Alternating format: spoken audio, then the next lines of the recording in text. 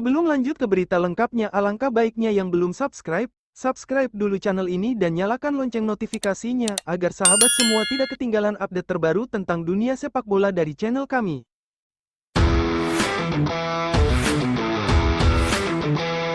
Timnas U23 Uzbekistan memiliki pemain dengan harga pasar lebih tinggi daripada Timnas U23 Indonesia.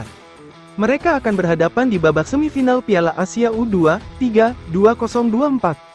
Uzbekistan, seperti Korea Selatan, pernah menjadi juara dan memiliki Abozbek Faizullayev, pemain bintang yang bermain di klub Eropa dengan banderol harga lebih mahal dari seluruh skuad Indonesia.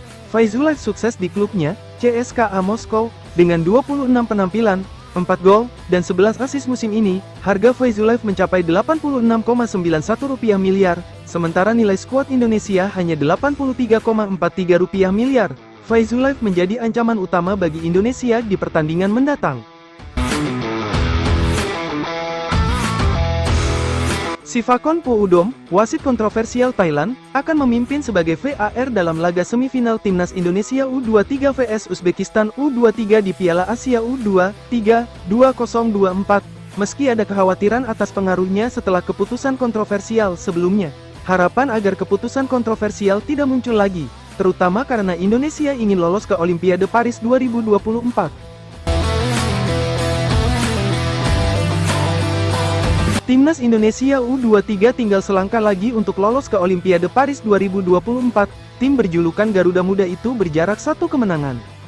Demi merebut tiket ke Olimpiade Paris, Timnas Indonesia U23 harus mengalahkan Timnas Uzbekistan U23 dalam babak semifinal Piala Asia U23 2024 di Abdullah bin Khalifa Stadium, Doha, pada Senin, tanggal 29 April tahun 2024, malam WIB. Asia mendapatkan jatah 3,5 di Olimpiade Paris yang menjadi milik juara Piala Asia U23, runner-up, dan peringkat ketiga. Sementara, posisi keempat harus bermain di play-off melawan wakil Afrika, Timnas Guinea U23. Pelatih Timnas Indonesia U23, Shin Tae-yong, meminta maaf karena sempat tidak tahu bahwa Indonesia pernah menjadi peserta Olimpiade. Timnas Indonesia bermain di Olimpiade Melbourne 1956 dan mengimbangi Timnas Uni Soviet 0-0 dalam leg pertama perempat final, sebelum dikalahkan 0-4 pada pertemuan kedua. Saya merasa menyesal karena sebenarnya saya tidak tahu bahwa Indonesia pernah berpartisipasi di Olimpiade, ujar Shin Tae-yong. Saya mendengarnya di Olimpiade Melbourne dan itu 68 tahun yang lalu. Tapi, bagaimanapun, kali ini adalah saatnya bagi Timnas Indonesia U23 ke panggung Olimpiade, jelas Shin Tae-yong. Shin Tae-yong mengaku tidak tertekan meski berambisi membawa Timnas Indonesia U23 berangkat ke Prancis pada Juli-Agustus tahun ini. Arsitek asal Korea Selatan itu malah tengah menikmatinya. Saya tidak benar-benar merasa tekanan besar, saya lebih suka menikmati saja saat ini tantangan ini, ucap Shin Tae-yong. Kemudian saya akan memiliki momen bahagia dengan para pemain.